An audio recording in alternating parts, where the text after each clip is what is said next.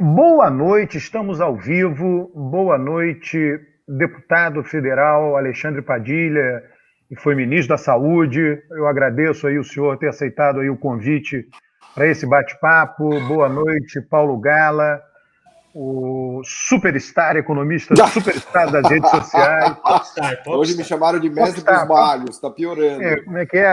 Agro é pop, Paulo é pop. Boa noite. Indústria pop. André Roncalha, que está indo no mesmo caminho também. Estamos aqui para conversar, né, do que está acontecendo no Brasil, né? São várias perspectivas, né? O deputado Alexandre Padilha é médico, né? Sempre militou na área da saúde, é um profundo conhecedor da área, né? E nós estamos numa situação emergencial já faz tempo, né? E agora a bola da vez é a vacina, quer dizer, existe aí, não é só uma luz no fim do túnel, é muito mais do que isso. E nós estamos nessa dificuldade imensa, né, de acelerar o processo de vacinação da população brasileira, né, os insumos, daí a presença de Paulo Gala e de André Roncalha, né, que, né, refletem muito sobre essa necessidade, né, do país ter conhecimento instalado nacionalmente. Então, muito obrigado aí vocês terem aceito aí esse convite aí para o bate-papo, viu? Nossa, eu que agradeço demais pelo convite. Eu também, viu, Alberto? Eu também, viu? Ainda mais estando aqui do lado desse superstar da economia, o Paulo Gala. Que isso, ministro? Que isso? Ministro, que coisa séria. Youtuber é outra coisa. Né? Dizem, né, que aquele o Bertrand Russell que falou: quem sabe faz, quem não sabe ensina, né? Exatamente. Deputado e ex-ministro da Saúde, né? O senhor poderia, assim, falar um pouco, né? Porque hoje em dia, né, muita gente aí descobriu a existência do SUS, né? O SUS se tornou uma novidade para muita gente que nunca imaginou que o Brasil tivesse isso. Se o senhor falasse um pouco, né, contextualizasse, né, como eu disse inicialmente nessa breve apresentação, além de médico, o senhor sempre militou politicamente na área de saúde, da saúde, né? Né, tem esse saber acumulado, um saber teórico e prático, né, de ser um decisor público no nível ministerial, que não é pouca coisa, nessa área, né, e as pessoas ficam curiosas, o que poderia ter sido feito, que não foi feito, que a gente poderia estar numa situação melhor. Agora tem essa coisa da vacina, né, o ritmo de vacinação é muito lento, todos nós imaginamos que não se manterá tão lento assim por todo esse período, vai ser acelerado. Enfim, a sua visão acerca desses temas. Muito bom, viu, Alberto? Primeiro, agradecer a oportunidade de estar com vocês aqui, poder estar conversando, dialogando com dois colegas aí do campo da economia, o André e o Paulo.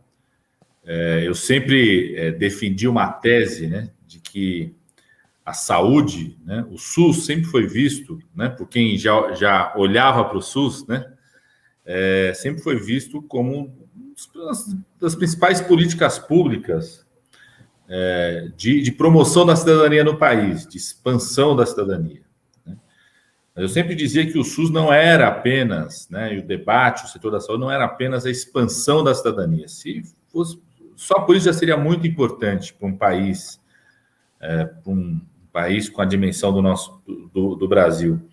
Mas a saúde e o SUS, enquanto mecanismo de construção da política pública, tem um papel fundamental no que vai ser o projeto de desenvolvimento econômico de um país. Né? Então, eu sempre busquei usar esse conceito de que saúde é desenvolvimento. Né? Por isso que, sobretudo a gente da área da saúde sempre fala, a gente não admite o discurso de que saúde é gasto, porque necessariamente é investimento. Lógico que você pode ter um investimento com muita qualidade, né, que tem um impacto muito positivo, você pode ter ineficiência no investimento, mas porque você não construiu uma nação rica no mundo e que essa riqueza seja sustentável e com alto grau de desenvolvimento sem ter um forte setor no campo da saúde na sua economia. Né? Por várias questões. Né?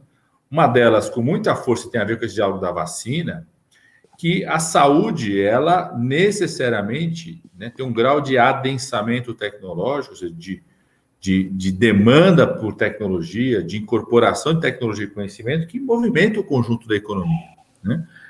Mas não só isso, porque em torno da saúde tem um conjunto de atividades econômicas.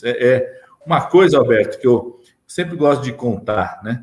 Quando eu era ministro da Saúde, eu fui várias vezes em alguns estados em entregas de prêmio da Associação Comercial do Estado, que ela fazia uma entrega de prêmios por quem contribuiu para a redução da inadimplência.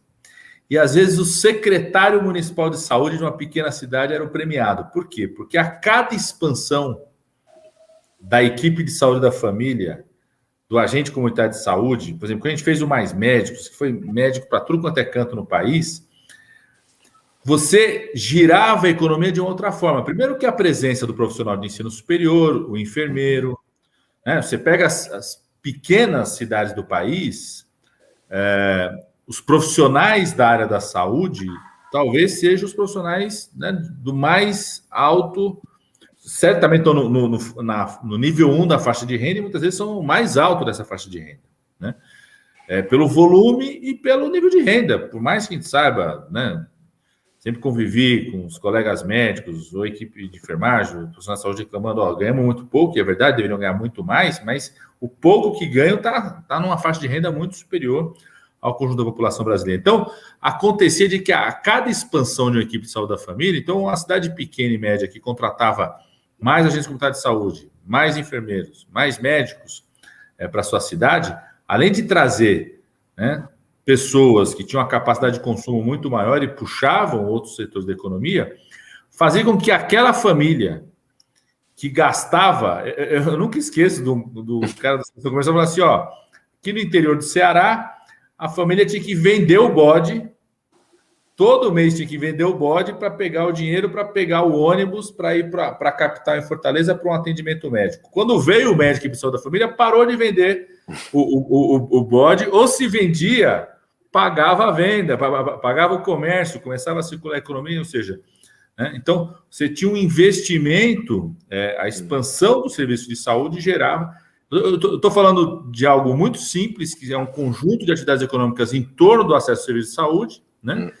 E posso falar do fato de que, por exemplo, na época eu estava no Ministério, Paulo e André, não sei se o dado ainda é esse, mas não deve ser muito diferente, 12% dos profissionais de ensino superior do país eram da área da saúde, né? A saúde demandava, na época, 9% do PIB, isso caiu um pouco. Até 2013, 2014, 9% da demanda do PIB era do setor da saúde, né? Tudo que tem do investimento tecnológico. E a saúde tem uma característica, sobretudo a atenção à saúde. Você tem várias atividades que o surgimento de uma nova tecnologia faz com que você deixe de utilizar aquela tecnologia anterior e muitas vezes o surgimento da nova tecnologia é uma tecnologia mais barata do que a que você usava. A saúde, em vários aspectos, não são todos, mas em vários aspectos, o surgimento de uma nova tecnologia não abandona a anterior, por exemplo. O fato de ter ressonância nuclear magnética não fez você abandonar o equipamento de raio-x. A construção, a produção de equipamento de raio-x. E, normalmente, as novas tecnologias que surgem, não são todas, lógico que não são todas, mas as novas tecnologias que surgem têm necessidade de um custo mais caro, ou seja, demanda mais recursos, demanda mais investimento, e com isso movimenta com muita força a economia, né? Então, eu sempre trabalhei com esse conceito de que a saúde é necessariamente desenvolvimento. E o Brasil tinha um grande desafio em relação a isso, porque o Brasil, por conta do SUS, assumiu um compromisso constitucional de ser o único país com mais de 100 milhões de habitantes, não vou nem falar de mais de 200, mais de 100 milhões de habitantes. Assumiu o compromisso de ter um sistema público universal, ou seja, de garantir o esforço. A saúde é direito para todo mundo, o que fez com que a gente, nessas décadas da construção do SUS até 2014, 2015, ter sido o país que mais vacina no mundo e o país que era recordista de transplante. Em 2012, 2013, 2014, nenhum país do mundo fazia mais transplante do que o Brasil, com toda a tecnologia que está agregada a um hospital conseguir fazer transplante, né? Quando o hospital consegue fazer o transplante, o laboratório dele tem que ser o melhor, melhora a qualidade dos profissionais, né? A estrutura do hospital, tudo que está em torno, ou seja, tem um conjunto, é como se fosse uma grande cadeia, e é isso mesmo, uma cadeia de produtos que está relacionado com isso, com esse avanço tecnológico. Então, o SUS, né? O Brasil tem esse grande compromisso de garantir direito à saúde para todo mundo, e isso por si só já é um grande desafio, mas traz outro. Como é que você garante isso de forma sustentável sem consolidar no país uma forte capacidade nacional de produção desses insumos, de produção dessa tecnologia? Não à toa, né? Mesmo na época que eu estava no Ministério, não à toa, o segmento da saúde sempre a gente teve uma balança comercial negativa. A gente mais importava do que exportava, né? Todo o segmento da saúde, a única área que a gente começou a mais exportar do que importar foi exatamente o segmento de produtos de equipamentos para odontologia, para saúde bucal. Que a gente criou a partir de 2003 no Brasil um grande programa de acesso à saúde bucal, chamado Brasil Sorridente, que é o da saúde pública. Você vai, mesmo você pega o Reino Unido, que tem o Sistema Nacional Público de Saúde mais tradicional do mundo, mais de 60 anos, pós-Segunda Guerra. No Reino Unido, a saúde bucal não é gratuita, não é uma oferta gratuita do sistema. A gente criou no Brasil isso, o que significou um grande número de equipes, de equipamentos. Isso ajudou a criar uma indústria no Brasil de saúde bucal, que é o único segmento nosso que mais exporta do que importa, né? A gente tem o único que tem a balança comercial positiva no campo da saúde. Todo o resto é negativo. E esse era o desafio, porque é o seguinte: você tem que expandir mais o SUS, expandir mais o acesso. Cada vez mais a gente foi ampliando medicamento, vacina, equipamento, hospital, o que seja, né? Só que você tem a velocidade da sua capacidade de recuperar a capacidade nacional de produção não seguia essa expansão. Nos anos 90, teve uma coisa que afetou fortemente isso, que foi todo o processo de desindustrialização, sobretudo da química fina no Brasil. Então, a gente começou a ter dois problemas. A gente passou a importar ainda mais a química fina, que são os insumos básicos, a parte da crise que nós estamos tendo esse negócio da vacina, né, são insumos básicos para a produção de medicamento, e uma baixa capacidade também de agregação de valor disso na indústria farmacêutica. Então, quando eu estava no Ministério, no final de 2009, 2010, eu não estava no Ministério da Saúde, estava no Ministério da Coordenação Política do presidente Lula, depois de 2011 que fui para o Ministério da Saúde. Em 2009, nós constituímos, né, no Ministério da Política, que eu sei que o Alberto, inclusive, na semana passada fez um debate. Temporão era o ministro da Saúde, eu era o ministro da Coordenação Política, era o responsável pelo Conselho de Desenvolvimento Econômico e Social do presidente Lula, onde juntava os empresários, além de lidar com o Congresso, né? A Luana aqui falando que usou o Brasil Sorridente, uma pessoa comentou aqui. Então, além da gente coordenar a relação com o Congresso, com os governadores e prefeitos, a gente coordenava o Conselhão. A gente fez um debate no Conselhão de como pensar uma política para isso que a gente chama do complexo de indústrias e serviços da área da saúde. Então, começamos ali. E qual que era o centro dessa política, Alberto, André e Paulo? É o seguinte: usar esse desafio que o Brasil tem, que é um desafio bastante complexo, que é garantir saúde para todos no país com mais de 200 milhões de habitantes, usar esse mercado público que esse desafio gera, e, ao usar esse mercado público, né, buscar desenvolver no país uma capacidade nacional de produção dos insumos para esse mercado público. Um dos grandes atos dessa política foi exatamente a pandemia H1N1, da chamada gripe suína, 2009 e 2010. Ela foi uma pandemia, foi a penúltima, né, pandemia importante no Brasil, tirando a atual que nós estamos vivendo, no Brasil e no mundo. A pandemia da H1N1 começou no México, Estados Unidos, logo chegou no Brasil.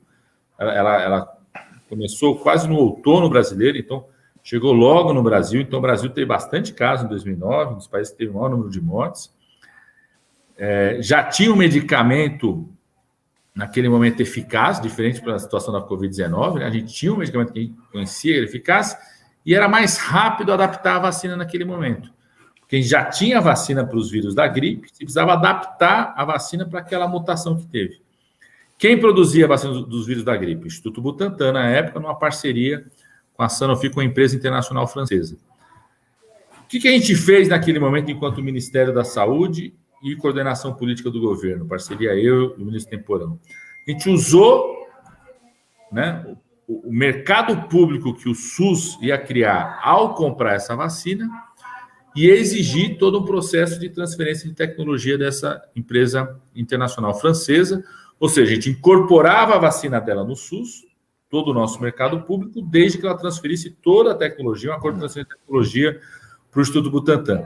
Esse acordo começou em 2009, 2010, foi até 2012, teve a transferência total de tecnologia para o Instituto Butantan, aí eu já estava no Ministério da Saúde, quando concluiu a transferência de tecnologia total, inclusive as plantas industriais que o Instituto Butantan está utilizando para desenvolver a vacina da Covid-19, para produzir a vacina da Covid-19, não desenvolver, mas produzir, uma planta é dessa época da H1N1 e a outra é de uma outra incorporação de vacina que nós fizemos em 2013, que é da vacina do HPV, do câncer de colo de útero, que a família, para vacinar a sua filha, pagava R$ 1.200, né? A gente incorporou essa vacina no SUS, exigindo como contrapartida que a indústria internacional, na época era a Merck Sharp Dohme, fizesse a transferência de tecnologia para o Instituto Butantan, que é a outra planta que permite produzir o Covid-19 hoje. Então, a gente começou a pensar uma política que era, de um lado, usar o mercado público do SUS, ou seja, quer ter seu produto no SUS, que é um mega mercado público, se comprometa em produzir no Brasil, né? Independente se o capital é internacional ou não, venha produzir no Brasil.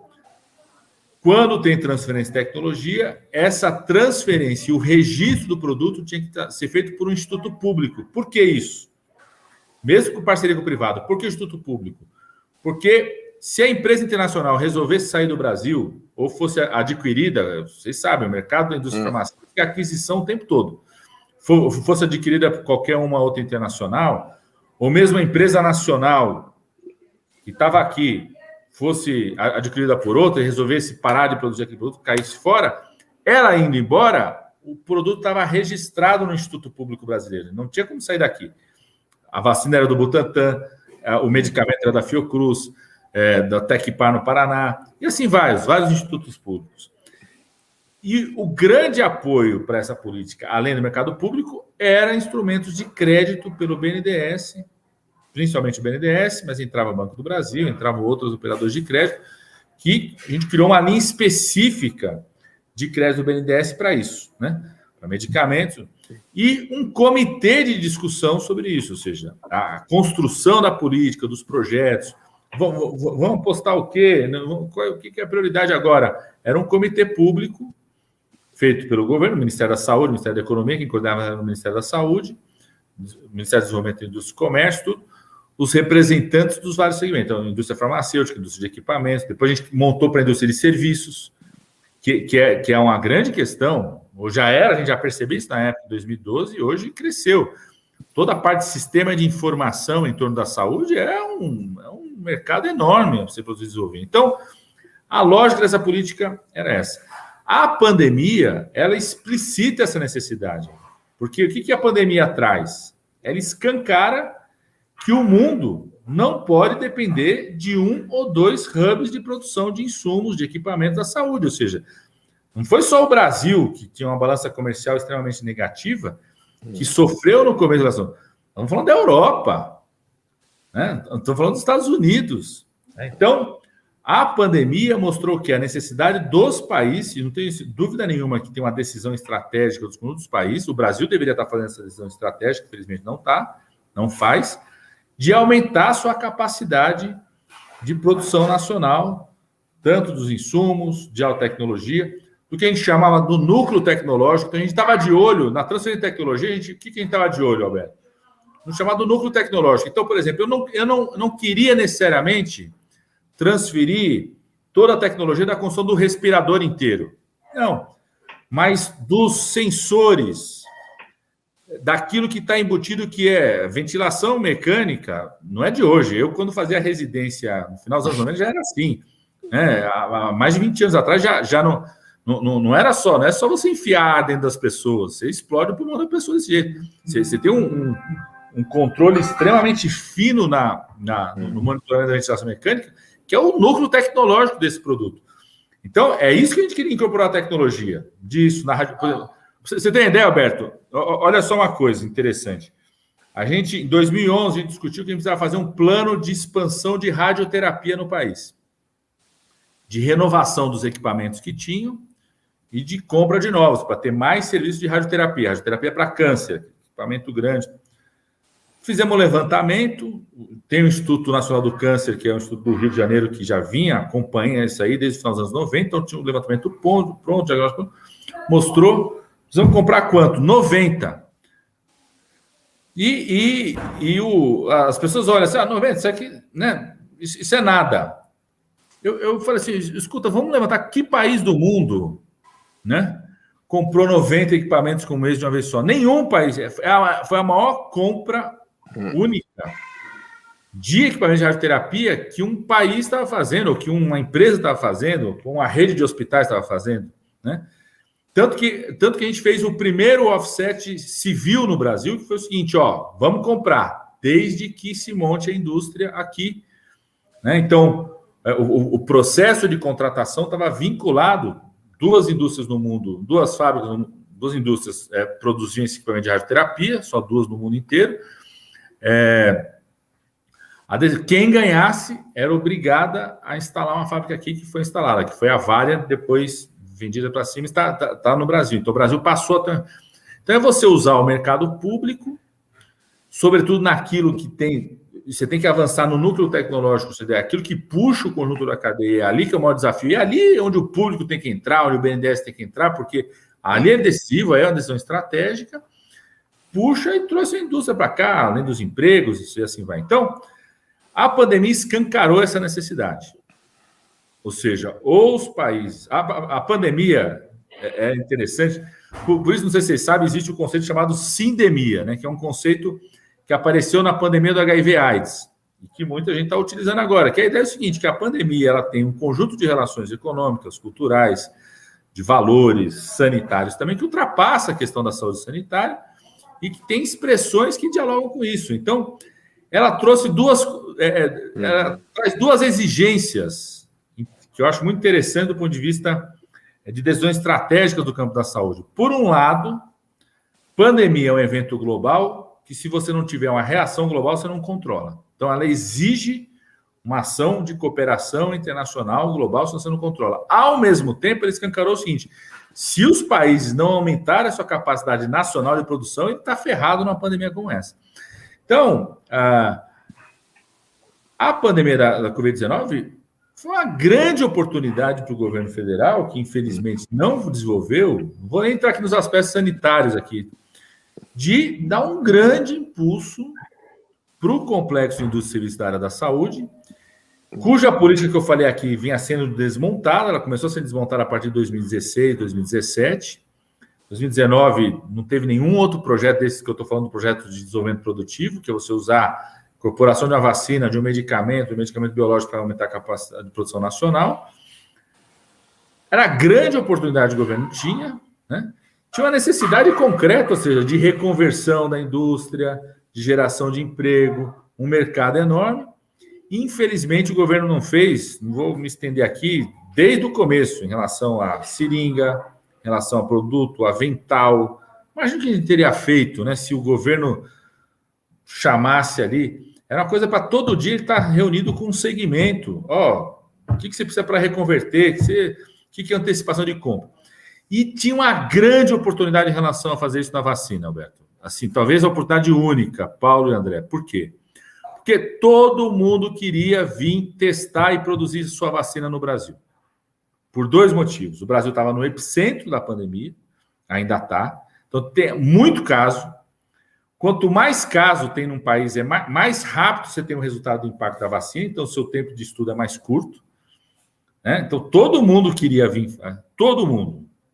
As indústrias europeias, Estados Unidos, chinesas, indianas, russas, Cuba, todas queriam vir testar, fazer parceria com o Brasil. Lógico que o Brasil, pelo mercado público, tamanho do SUS e pelo reconhecimento que tem, toda a parceria aqui no Brasil, o Brasil tem que exigir a transferência de tecnologia, isso é uma tecnologia nova. Então, tinha uma grande oportunidade. Eu lá no Congresso, a gente montou desde o começo uma comissão, né, de acompanhamento das ações da Covid-19. Desde maio, a gente fazia reunião.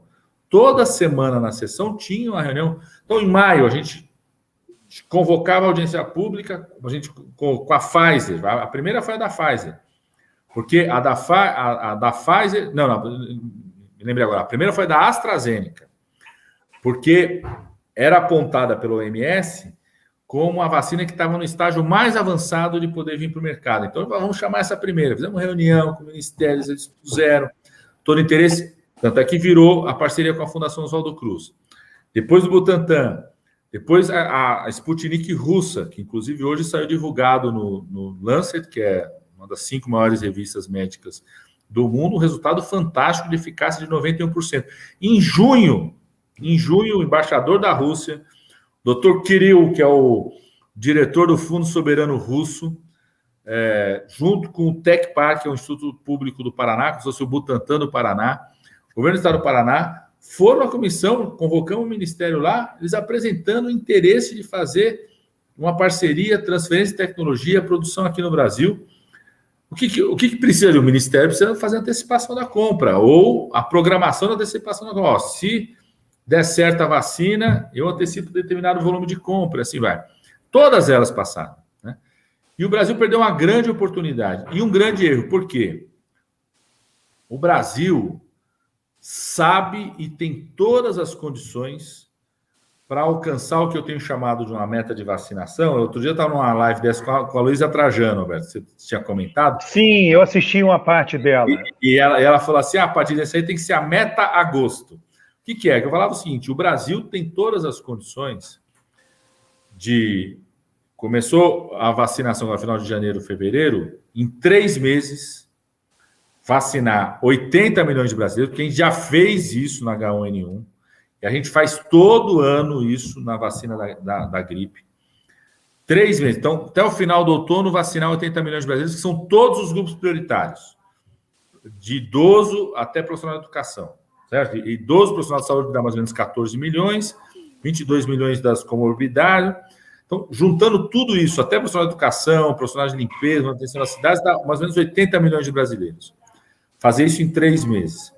E depois, quando começar o inverno, vacinar mais 80 milhões. Por isso que terminava em agosto, com 160 milhões de brasileiros, que é 160 a 170, que é mais ou menos o que é a população apta, porque a gente não vai usar essa vacina, por enquanto, para gestante e para criança, porque ela não foi testada ainda. Então, você exclui quase 40 milhões de brasileiros que têm menos de 18 anos de idade, gestante dá mais ou menos 40 milhões. Então, se tem um universo de 170 a 160, que nem todo mundo vai vacinar, que é possível até agosto fazer isso. Agora, para fazer isso, Alberto, tem que fazer uma coisa que o pessoal comentou, é o seguinte, para fazer isso nesse ritmo, e num país tão diverso como o Brasil, o governo federal tem que incorporar no SUS todas as vacinas que surjam, que sejam seguras e minimamente eficazes. A gente não vai fazer isso só com a vacina do Instituto Butantan e com a Fundação Oswaldo Cruz. Não tem ritmo de produção suficiente para isso. A gente, para fazer isso, não pode negar 70 milhões de doses que a Pfizer ofereceu para o Brasil. Talvez não precisasse 70, porque a Pfizer tem condições de refrigeração que talvez você não fosse utilizar 70, seriam 35 milhões de pessoas. Mas se você pegar todos os profissionais de saúde dos grandes hospitais, centros urbanos, que é possível usar isso, refrigeração menos de 70, nesse público, você poderia ter vacinado umas 10 milhões de pessoas já no Brasil com essa vacina da Pfizer, então você compraria 20 milhões de doses. O Brasil, o Consórcio Internacional de Vacinação da Organização Mundial de Saúde, estabeleceu para os países que eles podiam fazer uma reserva de doses para participar do consórcio. O Brasil poderia ter reservado até doses suficientes para vacinar 50% da população. Reservou só para 10% da população. Foi a decisão do governo. O Congresso a gente apresentou emenda contra, eles não foram favoráveis. Vai chegar, inclusive, desse consórcio internacional, cerca de 10 milhões de doses agora no final de fevereiro. A gente poderia ter encomendado mais, 20, 30 milhões de doses.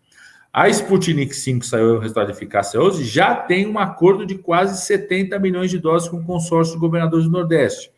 Assim que tiver autorização pela Anvisa, pode utilizar. Então, só que a decisão do governo não é não tem sido a decisão do governo vacinar o conjunto da população. Eu acho que tem 3 aspectos relacionados a isso, né?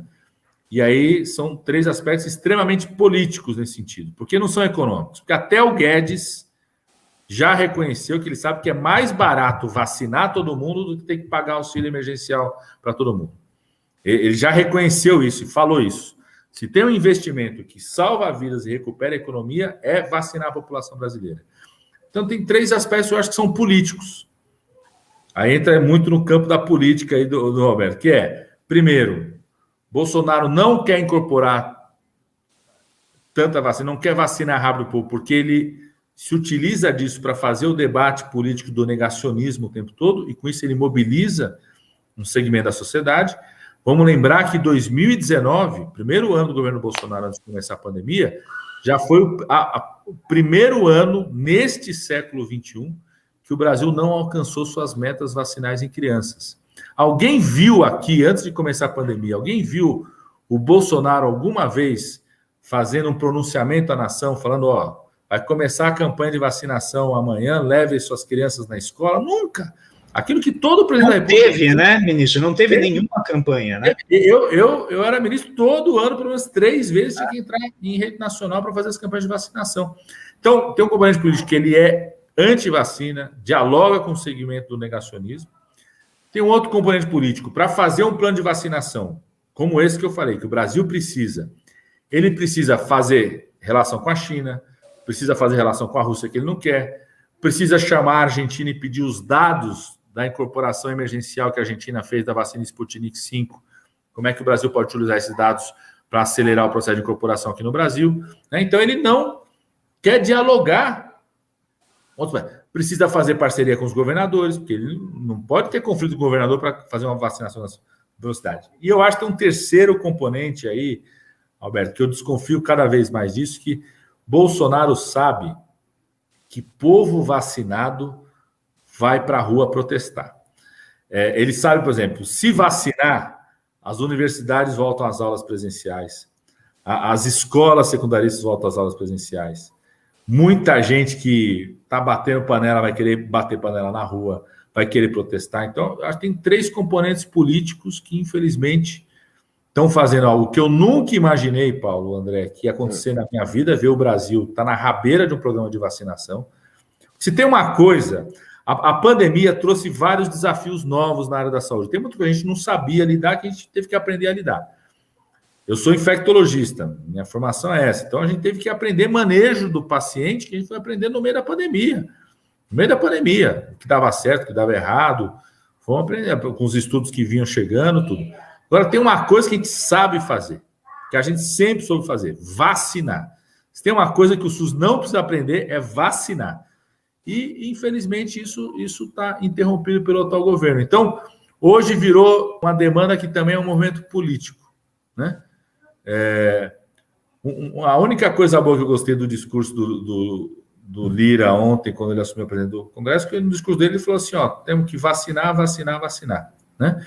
Ou isso se transforma numa demanda política, para a gente compreender que não tem nada que vai salvar vidas e salvar a economia, não tem nada diferente do que um grande plano de vacinação, ou eu acho que nós vamos ter um ano 2021 muito complexo, porque o cenário sanitário continua muito grave, né? É um vírus de imunidade transitória, então as pessoas se reinfectam, é um vírus que tem novas variantes, que surgem novas variantes que o grau de infecção, a velocidade de infecção acaba sendo maior, né? Todos os problemas de organização do serviço de saúde que estão impactando todos nós, né? Então, acho que nós vamos continuar gravemente com a situação sanitária e os impactos econômicos que todos vocês sabem, né? De paralisação da economia, aprofundamento da pobreza, né? Então, eu acho que a gente tem hoje um desafio, é impressionante, assim, o desafio científico se deu conta em menos de um ano, o que é recorde de produção de vacina, em parte porque já havia se estudando essas vacinas para outros vírus. O caso da Sputnik V, por que ele foi tão rápido? Porque eles tinham uma vacina para MERS, que foi aquele coronavírus que atacou o Oriente Médio em 2012. Então, como eles têm muito interesse geopolítico ali, eles foram o país que melhor desenvolveu uma vacina possível para MERS. Eles usavam para militares, por isso que rapidamente eles conseguiram desenvolver uma para a Covid-19. Então, o desafio científico se deu conta numa velocidade absurda, é impressionante, né? Os países estão compreendendo quais são os desafios econômicos, estão investindo, recuperando o papel do Estado, investindo na renda, tudo, mas nós temos um enorme desafio político hoje, que é fazer com que o governo federal faça, se não fizer, pelo menos não atrapalhe, que os outros façam aquilo que o Brasil sabe fazer, que é ter um grande plano de vacinação. Acho que é isso, Alberto. Já falei, você viu que eu gosto de falar sobre esse tema. Falei mais do que... O pessoal, André e Paulo, deixa eu só fazer uma pergunta ao ministro. Olha, o ministro, em algum momento, ele vai ter que sair. Vamos agradecer pela aula, antes de mais nada. Uma aula espetacular, absolutamente fantástico. Eu estou bem, viu? Eu vim aqui só assistir de camarote e já estou satisfeito. Não, olha, para vocês dois que estudam isso, o que tem de informação aqui relevante é impressionante. O deputado Alexandre Padilha, o que falta? Porque agora tem essa polêmica, né, da Anvisa não liberar essa Sputnik, não é isso? E aparentemente, me corrija se eu estiver errado, aparentemente, em havendo essa liberação, parece que a coisa correria rápido, né? Porque aí o Nordeste vacinaria. Hoje o Dória, nessa disputa, anunciou que até o final do ano todo o estado de São Paulo vai estar vacinado. Enfim, nós estamos vendo um governo negacionista que joga contra a vacinação, mas, por outro lado, né, digamos assim, o que mitiga, né, todo esse caos é o fato de sermos uma federação, e aí tem essa possibilidade de estados e municípios atuarem. Agora, tem centralização, né? Somos uma federação, mas é a Anvisa que decide o que pode ser utilizado ou não. Eventualmente, o STF pode até, não sei, passar por cima da Anvisa numa situação emergencial. Mas o senhor que está aí, né, no olho do furacão, né, do ponto de vista tanto do conhecimento da medicina quanto político, existe essa possibilidade no curto prazo de a Anvisa liberar a Sputnik 5V, sei lá, né, e aí isso destravar a velocidade aí da vacinação? Eu acho que a gente precisa apostar fortemente nessa possibilidade, né?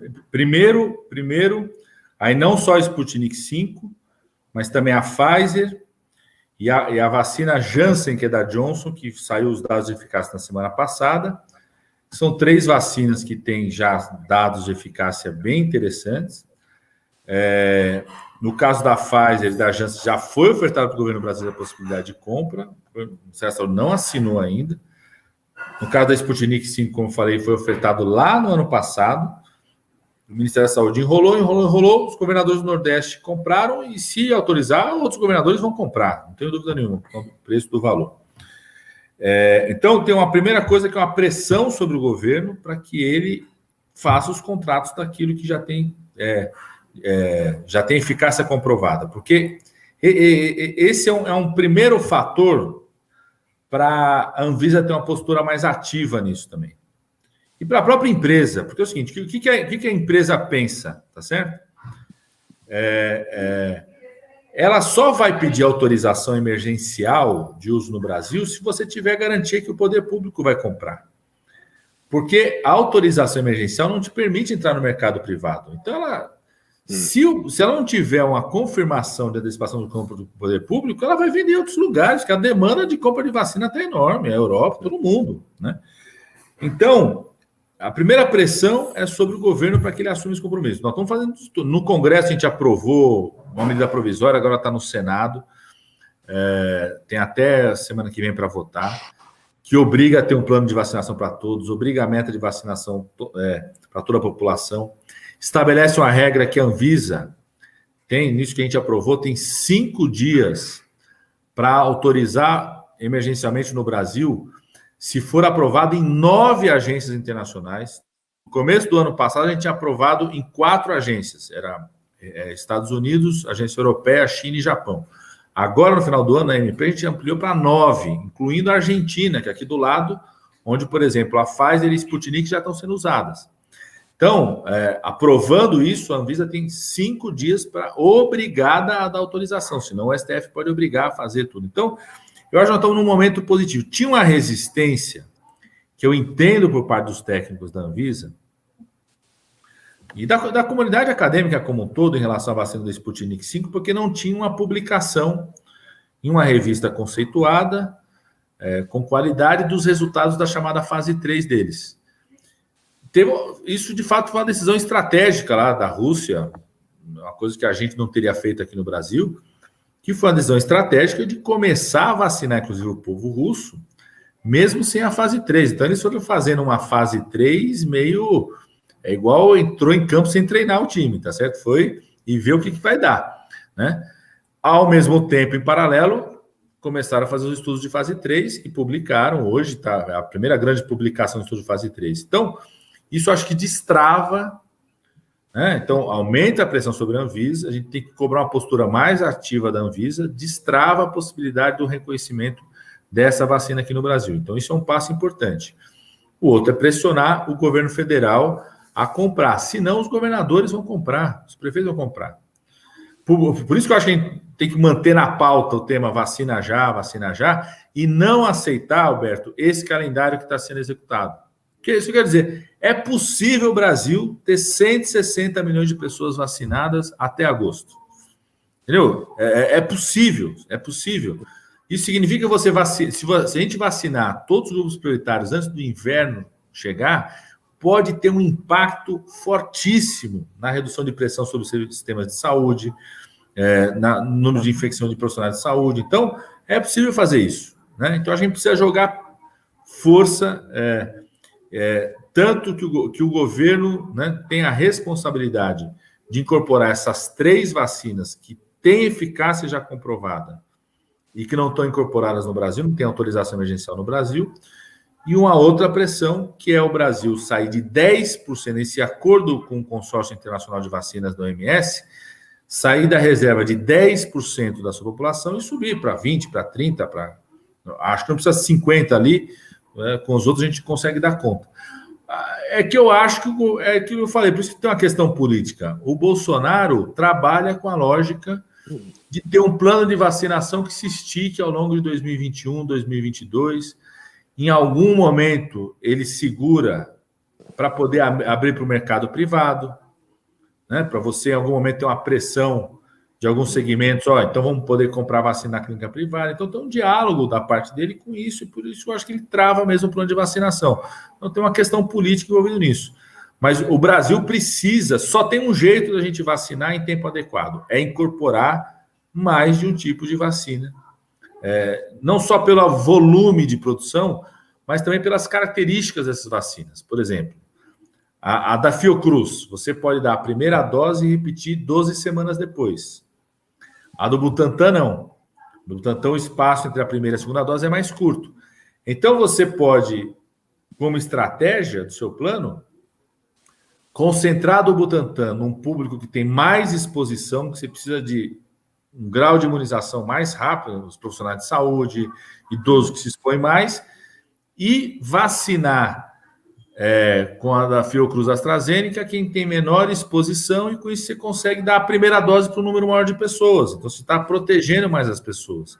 Para isso, você precisa de ter 3, 4 tipos de vacinas diferentes no Brasil para montar essa estratégia comum, entendeu, Alberto? Mas eu acho que hoje, acho que você está correto, um foco autorize emergencialmente o mais rápido possível Pfizer, Johnson, que é a Janssen da Johnson, e Sputnik V, né? E a gente cobrar que o governo federal aumente a sua participação no Consórcio Internacional de Vacinas, que hoje está para 10% da população, para 20%, para 30%, para a gente ter o mais rápido possível o volume de vacina para vacinar no país. Passar a palavra ao Paulo e ao André, mas só antes uma coisinha. O Brasil poderia ter feito sua vacina, não poderia? E nunca é tarde para fazer, porque em breve parece que serão necessárias novas vacinas, vai ficar meio como a gripe, todo ano isso vai mudar, e quem tiver a vacina tem poder de barganha com seus vizinhos. A impressão que eu tenho é essa, é o que a Índia está fazendo, que a China está fazendo. É isso. Não, ter vacina para a Covid-19 e ter soberania sobre isso é um componente estratégico hoje para o que vai ser esse processo de recuperação da economia no mundo, né? Quem tiver isso vai se recuperar mais rápido. Então, a gente sempre apostou em duas coisas, né, Alberto? Primeiro, assim, a transferência de tecnologia, que é você incorporar uma tecnologia, então com isso você passa a ter a sua vacina brasileira o mais rápido, que é o que foi feito no Instituto Butantan e a Fundação Oswaldo Cruz. Essas duas vacinas passam a ser vacinas brasileiras. O registro dela é do Instituto Butantan, da Fiocruz, o registro da Fiocruz, são vacinas brasileiras, tecnologia incorporada aqui no Brasil, e que essa incorporação permite, inclusive, depois você pode desenvolver outras vacinas, que eu citei o exemplo do HPV e da H1N1, que está ajudando na Covid-19, no caso do Butantan, a planta de produção, todo o processo de incorporação de tecnologia. E a outra coisa é estimular o desenvolvimento de vacinas. A gente tem pelo menos 6 projetos aí criados no Brasil de produção de vacina para a Covid-19, que é muito importante serem estimulados.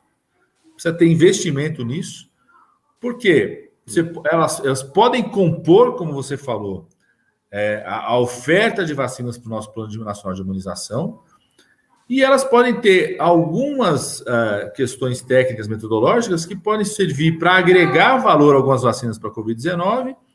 Né? Exemplo, em algum momento nós vamos ter que ter uma vacina que junta a vacina da gripe com a da Covid-19, para ser uma vacina só, porque senão é uma confusão. Daqui a pouco, né, a cobertura vacinal, as campanhas de vacinação vão se misturar. Então, às vezes vai surgir, nesse momento que o Brasil está fazendo, alguma vacina que, pela sua característica metodológica, permite você agregar algum valor a ela. Exemplo, combinar um outro vírus. Ser vacina do SARS-CoV-2 com o H1N1 e os vírus para influenza. Ou ser uma vacina que tem a capacidade de agregar as variantes com mais rapidez. Então, ou às vezes não vai servir para vacina para a Covid-19, mas vai servir para outra vacina. Por exemplo, a vacina da dengue que o Instituto Butantan desenvolve hoje também é fruto da incorporação de tecnologia da vacina do HPV, lá do câncer do colo de útero. Então, o Brasil não pode parar de desenvolver, de investir nisso, fortalecer institutos. Aliás, eu hoje... eu não sei se existe no mundo, uma dúvida que eu tenho aqui, uma coisa que eu pensei agora, 2 instituições públicas, assim, na América Latina não tem, né? Provavelmente no hemisfério sul inteiro não tem, 2 instituições públicas, ou seja, o Brasil tem o privilégio hoje de você ter 2 vacinas suas, de 2 instituições públicas que são reconhecidas internacionalmente, né? Que elas só existem por conta dos investimentos em pesquisa e tecnologia que foram feitos lá atrás, né? Então, você investir no desenvolvimento da vacina nossa também é fundamental, Alberto, combinar essas 2 coisas, né? Você poder usar o mercado público do SUS para fazer uma incorporação tecnológica rápida, porque isso ajuda a desenvolver o centro de pesquisa. O Butantan e a Fiocruz é exemplo disso. Muita coisa do que eles melhoraram tem a ver com isso. E, ao mesmo tempo, investir na pesquisa. Desculpa interromper, ministro, mas o SUS é um canhão de desenvolvimento tecnológico. Ele tem um poder de fogo absurdo. Eu acho incrível a gente ter parado de usar isso. Só para fazer essa interrupção. Não, mas é isso. Paulo, a gente tem no Brasil 2 coisas que as pessoas acham que elas não dialogam, mas elas dialogam o tempo todo entre elas. A gente tem o SUS, que é um mercado público de 200 milhões, e a gente tem um mercado privado, 22% da nossa população, que dá mais ou menos 50 milhões, isso varia de 45 a 50 milhões, ou seja, um mercado privado de quem tem plano de saúde, de uma medicina extremamente qualificada, com investimento tecnológico. Então, o mercado privado de 50 milhões é o Sistema Nacional Espanhol. Olha a força que é. É mais do que o Sistema Nacional Público Canadense, é quase o Sistema Nacional Público Inglês. Então... E por que um dialoga com o outro o tempo todo? Porque é o seguinte, o médico ali da Rebouças, da Avenida Brasil, do Sírio-Libanês, tudo, ele só é médico porque um dia ele treinou no SUS. Ele aprendeu no SUS. Mesmo se ele numa escola particular, na faculdade privada, eu dou aula em escola pública e em escola privada. Mesmo o cara lá que tem aula na faculdade de medicina, na escola privada, paga uma mensalidade absurda, o campo de prática dele é o SUS. Então, por que um dialoga com o outro? Um puxa o outro. Não existe como a medicina brasileira privada, com alta tecnologia, ser o que é, né? A gente é campo de atração da África, boa parte da América do Sul vem para cá, tem um turismo médico relacionado ao Brasil. Não existe isso acontecer sem o SUS também ter qualidade, um puxa o outro, um empurra o outro. A regulação é outro. Né? O tamanho do mercado público do SUS viabiliza um conjunto de produtos para o privado também. Então a gente tem essas duas coisas, a gente tem dois canhões, a gente tem um canhão enorme de 200 milhões de habitantes e temos um canhão que é o menor, mas que é do tamanho do Sistema Nacional Público Espanhol, maior do que o canadense, de 50 milhões no mercado privado. Então, são dois canhões, como você falou, né? E com potencial, alguém comentou, e a gente pode exportar, por exemplo, a vacina da febre amarela, a gente exporta para o mundo. O principal fornecedor da vacina de febre amarela para o fundo rotatório da Organização Mundial de Saúde é o Brasil. A gente passou a exportar em 2011, 2012. A partir daí começamos a exportar. A Sputnik V tem uma fábrica já no Brasil, da União Química, da empresa nacional, produzindo aqui no Brasil, que ela, enquanto a Anvisa não autorizar, ela vai exportar para o mercado da Argentina, para o México. Esse é o cúmulo, né? Esse é um absurdo do absurdo, né? Agora, Alberto, eu tenho que sair, falei demais. Tá bom, olha, muito obrigado, nós já sabíamos disso, né? Vamos agora aproveitar isso e colocar todos esses ensinamentos aqui. E olha, boa sorte na negociação para a ocupação das comissões e da mesa da Câmara. É isso, essa que é a briga que está aqui. Obrigado, viu, André? Obrigado, ministro. Essa super aula. Você deu o elemento aqui para a gente trabalhar uns 2 anos de ensino do ponto de vista econômico. Fico à disposição de vocês, viu, para voltar toda vez que vocês quiserem, tá bom? Maravilha. Super obrigado. Muito obrigado. Trabalho. Paulo e André, absolutamente acho que é isso, né, Alberto? Acho que... Meu Deus. Acho que tá bom, né? Tá bom. Caraca. Eu anotei tudo aqui, tive uma aula já vou fazer os slides. Deixa eu tentar fazer umas reflexões rápidas aqui, a gente já avançou bastante, mas a primeira reflexão é, que falta que faz o ministro Padilha lá uma hora dessas, né? Meu Deus do céu, cara, você olhar... É interessante, na semana passada eu fiz uma live... É desesperador, assim. E o temporão também, né? O temporão é engraçado. Todo mundo que senta no Ministério da Saúde sabe o tamanho desse canhão. Então, o temporão, ele criou um sistema de coordenação de atividades econômicas na área de saúde. Ora, o ministro Padilha é evidente que fez a mesma coisa, ou deu continuidade, sei lá. Né? Mas é impressionante. Todo mundo que milita no meio da saúde sabe da força que isso tem. Não, o problema são os economistas mesmo. O Ministério de Saúde... Desculpa, André. Historicamente, o Ministério da Saúde, ele impõe isso sobre o ocupante do cargo. É uma institucionalidade muito forte, é resultado de uma luta de muitas décadas. Então, não entra aventureiro, e quando o aventureiro entra, ele se conforma ao cargo, à altura do cargo. Então, realmente, eu sou de família né, minha mãe é da área da saúde, casei com uma médica, a família inteira dela é médica, atua diretamente na área da saúde. Eu olho para esse ministério, né, desse governo, e me dá arrepio e uma tristeza tão profunda, porque é um ministério que tem uma história, ele tem um valor para a nossa população.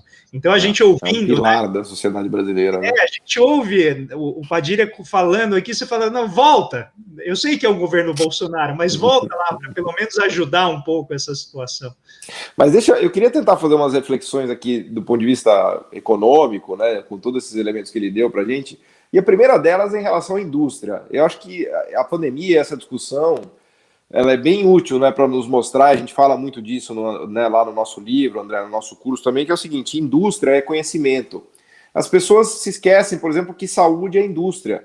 Reparem de tudo que a gente falou aqui, que o ministro estava falando, de vacina, de ventilador de respiração, dos componentes, dos sensores, da seringa, porque as pessoas acham que indústria é um lugar cheio de parafuso, cheio de graxa, que polui, obsoleto, quer dizer, a visão do que é indústria no Brasil está completamente equivocada, né? No limite, a indústria é conhecimento, né? Aliás, a epígrafe do nosso livro, ter indústria é ter capacidade de fazer coisas, que é justamente o que o Brasil perdeu, né? Toda essa conversa que a gente teve aqui com o ministro pode ser lida dessa maneira, né? Então, a primeira reflexão é essa, indústria é saúde, é capacidade, né? Segundo, é que ficou muito claro na pandemia a questão da saúde, como as questões de saúde transcendem o mercado, né, que é algo que os economistas têm grande dificuldade de entender, porque eles acham que o mercado é capaz de resolver todas as fronteiras, todas as searas da vida humana, né, e a gente sabe que nas mais relevantes, talvez, o mercado não tem capacidade de resolver. Saúde é uma delas, e acho que a pandemia deixou, assim, de maneira clara, de uma maneira, assim, ostensivamente clara, né, a necessidade que a gente tem da intervenção do Estado. E isso é de cabo a rabo. Se você pegar desde lá do começo, quando começou a pandemia, que faltaram os ventiladores de respiração, depois faltaram as próprias máscaras N95, então todo mundo descobriu que no comércio mundial o que fala mais alto não é a lógica de mercado, é a lógica da soberania e da saúde dos próprios países. Então todo mundo falou, opa, peraí, eu não vou exportar o ventilador de respiração nem a máscara N95, porque a minha população está precisando disso. Então a questão de soberania do Estado, da população, fala muito mais alto do que mecanismos de mercado. Com a vacina aconteceu a mesma coisa. Né? As pessoas não vão sair exportando a vacina antes de ter vacinado as suas populações. Né? Então, outro exemplo claríssimo, né, de como essa visão tacanha de que o mercado resolve as coisas enterra os países em buracos do tipo desse buraco que a gente se colocou. Né? Então, o próprio SUS, quando a gente pensa no alcance do SUS, quer dizer, é evidente que o SUS é como o André falou, ele é uma instituição pilar da saúde brasileira no sentido amplo. Imagina que o mercado vai resolver problema de saúde de pequenos municípios no interior do Ceará. É a mesma coisa do saneamento. Agora todo mundo acha que privatizar o saneamento, a gente vai resolver o problema do saneamento do país. Não vai. Só os 50 municípios mais ricos do país terão saneamento. Os outros 5 mil ficarão numa situação catastrófica, porque o mercado ele tem um problema muito grave, que ele não oferta produto para pobre. Por quê? Porque não dá dinheiro, ele não consegue cobrar do pobre. Né? O pobre está fora do sistema de mercado por definição. Então, quando a gente olha também o desenvolvimento tecnológico das vacinas, de novo, você vai encontrar o mercado lá. Aliás, eu não conhecia o caso da Sputnik, que essa era uma peça que faltava no meu quebra-cabeça. Porque eu estava pensando, por que os russos fizeram a vacina? E aí o Padilha deu a resposta aqui. Eu também não conhecia. Questões geopolíticas. Porque o caso americano e das principais eu já entendi, porque foi o Pentágono que desenvolveu, porque ele estava com medo da guerra química do antrax lá no 11 de setembro. Então eles já estavam desenvolvendo vacinas contra armas biológicas. Então eles já tinham uma espécie de um buffer de conhecimento, de capital científico acumulado, que agora eles rapidamente redirecionaram para pesquisar a vacina para o Covid, e a gente tem a vacina para o Covid. Então, são esferas em que a iniciativa privada não entra. Não entra porque não dá lucro. Não entra porque não compensa tomar esse risco. Então tem coisa que o mercado não faz. Não adianta você pedir para o mercado fazer. O mercado não vai fazer. O mercado quer ganhar dinheiro. Se dá para ganhar dinheiro, legal, ele faz, traz benefícios para a sociedade, tudo lindo, tudo beleza. Não estou falando para suprimir o mercado. Eu só estou falando que a gente não pode pedir ao mercado coisas que ele não vai fazer. E aí a gente precisa do Estado, né? Por exemplo, garantir saúde, por exemplo, fazer investimentos tecnológicos que no curto prazo não fazem menor sentido. Qual é o sentido de você ficar pesquisando vacinas de maneira quase que aleatória?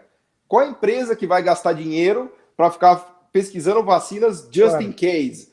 Just in case aparecer um vírus que pare o mundo, que você só possa combater com RNA. Vamos pesquisar isso, gastar bilhões de dólares? Não, ninguém vai fazer isso, né? Então, eu acho que Paulo, agora é interessante, a gente não sabe os detalhes da negociação de China e Índia com outros países, tá? A gente sabe o que está acontecendo com o Brasil. A Índia é muito insatisfeita com o Brasil, porque o Brasil, na OMC, foi contra a quebra de patente, que tem a ver com a indústria farmacêutica da Índia. A China aproveitou a vacina dela para fazer uma negociação favorável a ela para o 5G, para a Huawei no Brasil. Quer dizer, e esses países, da mesma forma que esses dois países vêm negociando em troca da vacina essas coisas com o Brasil, estão fazendo o mesmo com seus vizinhos, Vietnã, né, que a gente não sabe o que eles ganharam nas negociações caso a caso. É diplomacia da vacina, né? Exatamente. Então, por que eu estou falando isso? Se o Brasil sai na frente, ele ia também ter suas negociações caso a caso com vários países da América Latina, da África, enfim. Estou pensando basicamente na proximidade geográfica, né? Então, o Brasil tinha tudo para isso, é só uma questão realmente da mentalidade. Isso se deve, a culpa disso é dos economistas brasileiros e da política brasileira. A política que está, você explica melhor, muito melhor do que a gente, isso, né? Tem seus problemas, mas a gente está aqui, eu e o André, no combate contra os economistas, para derrubar as narrativas equivocadas e erradas que acabam abastecendo essa política torta em relação a isso, né, André? Desculpe a minha O Clemenceau, um dos primeiros ministros, né, que enfrentou lá a Primeira Guerra Mundial na França, tem uma frase famosa. Põe aí na internet, você acha a frase do Clemenceau. Ele diz o seguinte: guerra é uma coisa séria, séria demais para deixar na mão de militares. Né? A economia é muito séria para deixar na mão de economistas. O problema é esse, né? Eu estava essa semana vendo aquele seriado que soltaram agora, a Segunda Guerra em Cores. Nossa, eu assisti inteiro. Eu fiz uma maratona disso, assisti os 10 em 2 dias. Não dá para largar, né? É impressionante. E no episódio que eles contam sobre o sistema de radares britânicos, né, que os alemães não sabiam, que permitiu aos britânicos antecipar o ataque, né, dos alemães, principalmente pela Luftwaffe, né, pela Força Aérea Alemã, que era o terror, né, era um terror de todos os países. Quando eu vi isso, eu lembrei muito do sistema de saúde. Por quê? O que a vacina faz no corpo? A vacina é um sistema de radar que você implanta no corpo e ele aumenta a resposta do sistema imunológico, a rapidez com que o sistema imunológico acorda, porque quando o vírus entra e o sistema imunológico sem a vacina, é como os caças que já estão no meio da Inglaterra soltando bomba em cima da cidade. Então já era, o estrago já está feito. Agora, a vacina, o que ela faz? Ela avisa, olha, está entrando, reage rapidamente, junta as tropas, vai lá proteger a Força Aérea, né, Real britânica. O que é o SUS, né, de maneira equivalente? O SUS é o radar da economia, o radar da sociedade com relação às epidemias emergentes. Então, o SUS, eu até ia colocar para ele aqui, mas eu não quis interromper o ministro, ele tem um terceiro canhão. O terceiro canhão do SUS é toda a produção de conhecimento que vem pela integração dos institutos federais de pesquisa, das universidades federais, das universidades estaduais, com todo o conjunto da sociedade civil de controle social, principalmente controle epidemiológico, controle, né, preventivo, né, toda a saúde da família, que é importante, com a parte empresarial da economia, que viabiliza comercialmente uma série de produtos que, por conta de como o nosso sistema de produção de conhecimento está instituído, né, muito público, com muita burocracia, você acaba não conseguindo fazer isso no âmbito da universidade. Então, esse é o terceiro canhão. E as pessoas, em geral, elas acham que o SUS é o postinho de saúde ali, né? Porque é aquilo que é mais visível. Então, a pessoa vê o médico lá sentado, muitas vezes é muito mal atendida, né? Porque nem sempre o médico está lá, e a pessoa acha que o SUS é aquilo. Quando, na verdade, o SUS, ele tem todo eu brinco, né, um armazém ali atrás, além da vitrine, que é todo esse conjunto de atividades incrivelmente interconectadas, que produzem conhecimento, produzem serviços, produzem princípios ativos, toda a parte de química e de equipamento, mas fundamentalmente o conhecimento. Então, se você abre mão desse complexo econômico industrial da saúde, quem puder, aqui estiver nos assistindo, gente, entre no site da Fiocruz, procurem os trabalhos do Carlos Gadeira e de toda a equipe. Mas é assim, é um mundo para vocês que vai abrir a mente de vocês de uma maneira, talvez como vocês nunca viram. Então, se você usar o sistema complexo econômico industrial da saúde nesse sentido de um radar, a gente não tem que ficar discutindo se é economia ou saúde, que é uma discussão que só faz sentido em alguém que tem a mente medieval, né? Que é esse governo que está cada vez lutando para a gente retornar a ciclos econômicos mais antigos, né? A gente já está voltando para o ciclo da cana, quem sabe a gente vai voltar até o ciclo extrativista original do garimpo. E, né? E a escravidão também junto. Né? E a escravidão que acompanha, que dá um requinte, né, a crueldade. O André, olha, eu ia até, se o ministro tivesse tido mais tempo, eu ia até mencionar, porque hoje no Brasil todo mundo fala da Fiocruz e do Butantan, mas praticamente todos os estados grandes têm também um centro desenvolvedor de vacina. Ele falou do Tecpar, né? Não conhecia. Minas tem FUNED, entendeu? Então todos os lugares têm um centro público que produz vacinas. É impressionante isso, tá? E, Alberto, uma coisa muito grande. Uma coisa que a gente tenta explorar no livro, mas sempre é muito difícil, porque o espaço é restrito, e é importante que as pessoas entendam isso. Desculpa te interromper, André.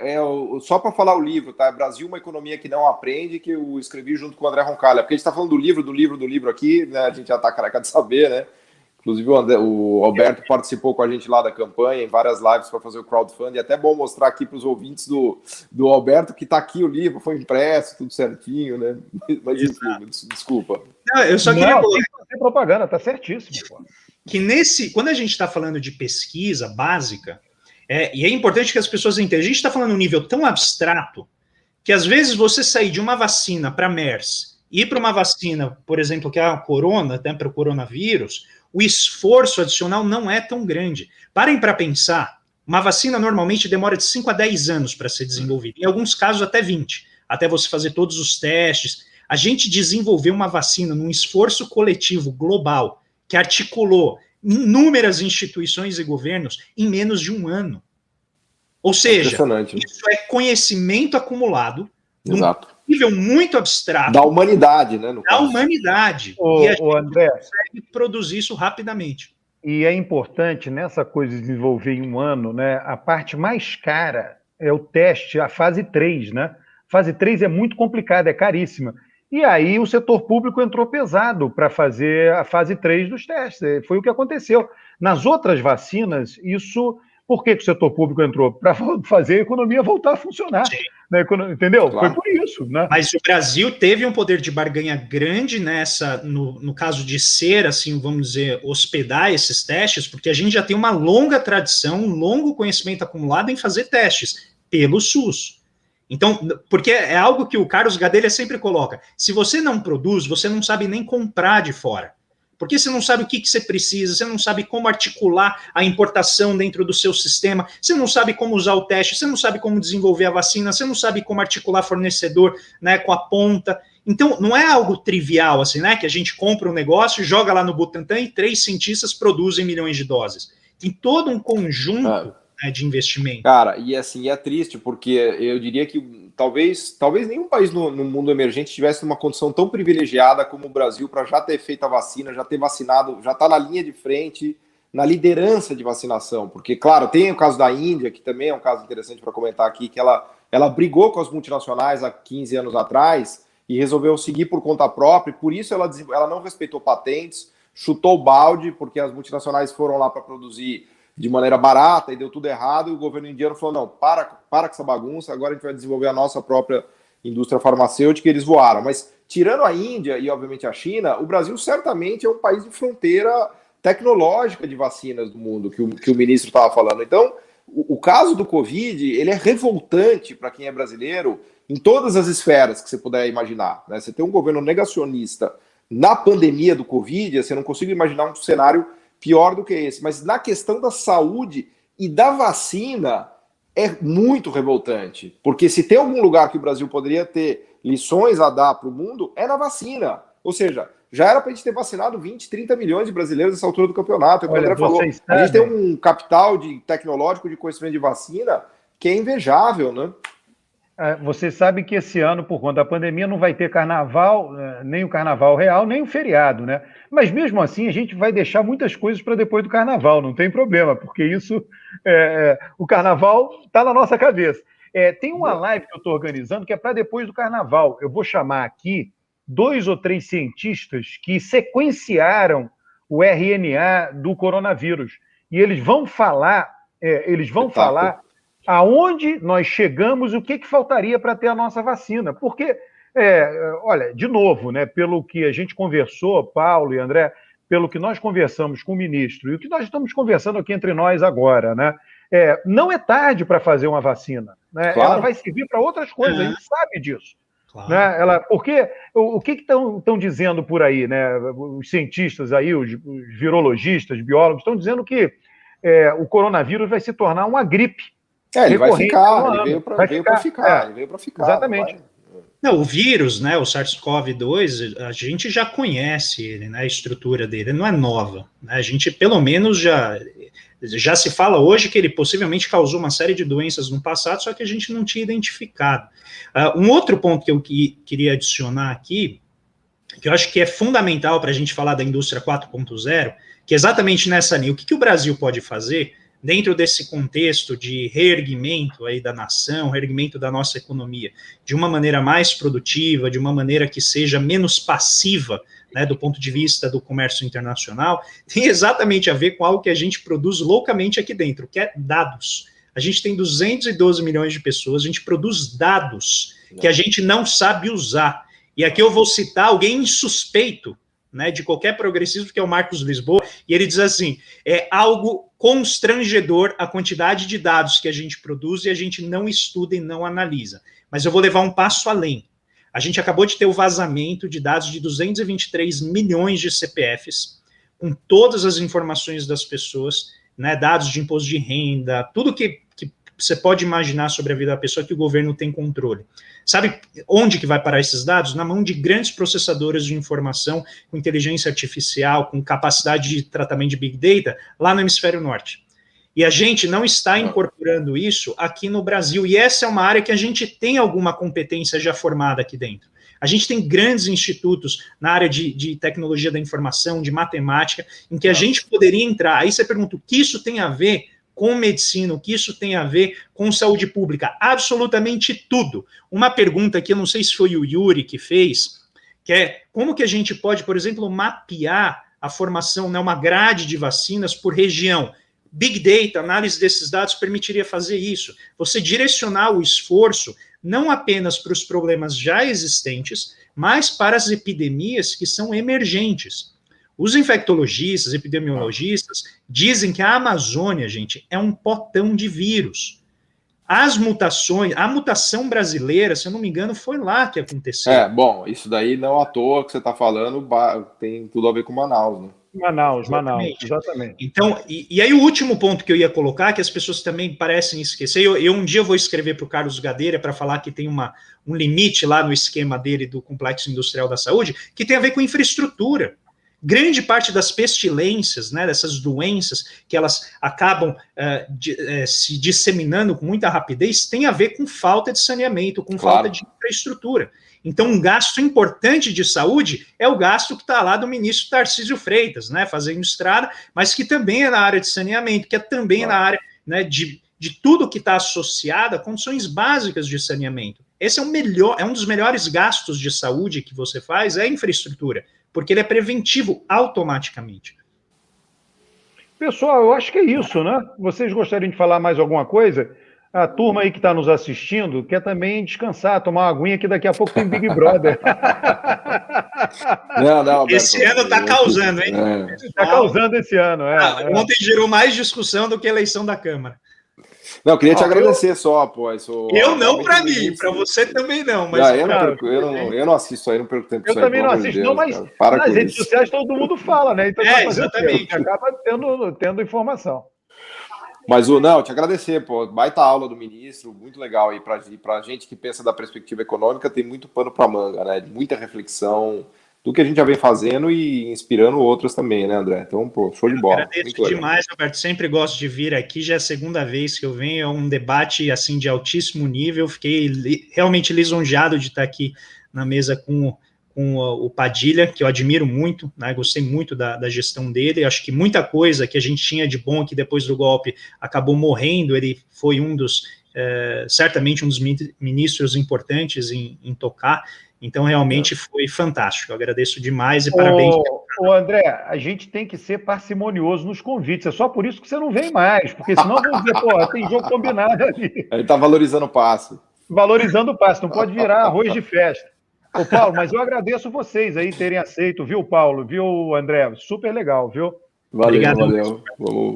Vamos fazer um abraço a todo mundo aí, boa noite. Vocês sabem que vocês têm meu apoio nessa missão de vocês, que vocês se autocolocaram, né? Nessa cruzada do mundo da economia, né? Enfim, eu estou do lado de vocês nessa cruzada. Obrigado. Boa. Obrigado, Alberto. Valeu, gente. Prazerzão. Abração. Valeu, André. Valeu, Paulo. Obrigado.